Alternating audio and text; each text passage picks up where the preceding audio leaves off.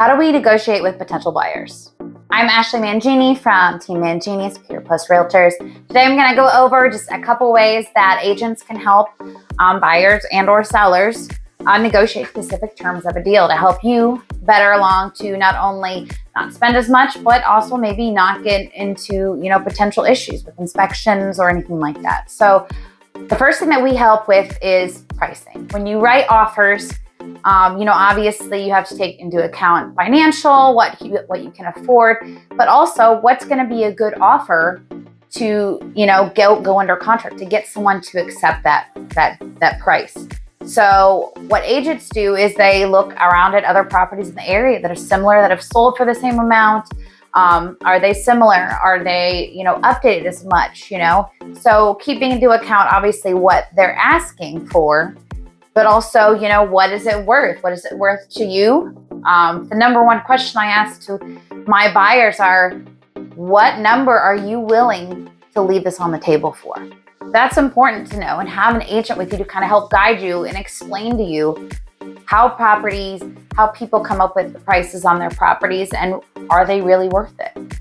So this is one way that we can help you kind of get the right price for the property and get that property under contract. Another way that we can help you with negotiating parts of a contract and when you go under contract with a house is contingencies. Now this can be financing contingencies, whether, maybe you have to change your financing down the line. Are you going from a conventional loan to, a government loan? That can help you negotiate not only what you need to make sure that you can actually purchase the property, but also to get the seller to approve any changes for financing. Other issues for contingencies might be inspections.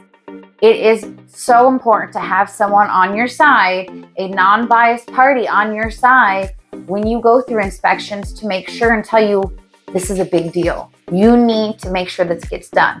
Or on the other hand, chipping paint may not be just the biggest deal. It's something that you can just repaint a wall. You can just do this or that. So it is really important to have an agent on your side to discuss these potential issues with inspections and with financing. Another way that agents can help guide you along with negotiations is something we call closing costs. This is where, normally the seller pays their closing costs and then the buyer pays their own closing costs. The buyer's closing costs can include the appraisals, the title search fees, anything like that, or other bank or lender fees that go along with the closing. So sometimes in a particular situation, if the buyer does not have a lot of extra funds outside of the down payment, they can go and ask the seller for closing costs. So this is a really important conversation when you are first starting to look at houses and you want to put one under contract. An agent needs to be able to kind of discuss closing costs with you and say, okay, you have your 3.5% for a down payment. What do you have for closing costs? Because I think we've all been there with, realizing you didn't realize that extra $4,000 to $6,000 in closing costs. We wish we could have asked for that.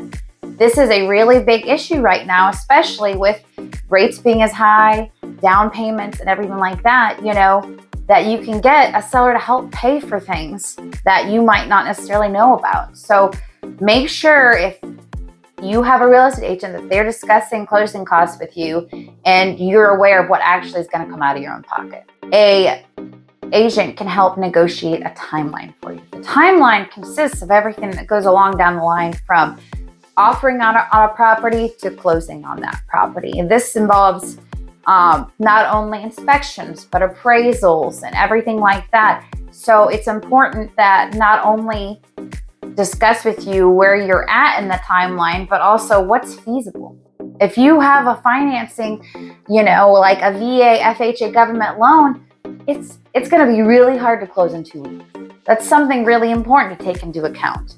So you need to make sure that you have a conversation with your agent about, okay, we need to move by this date.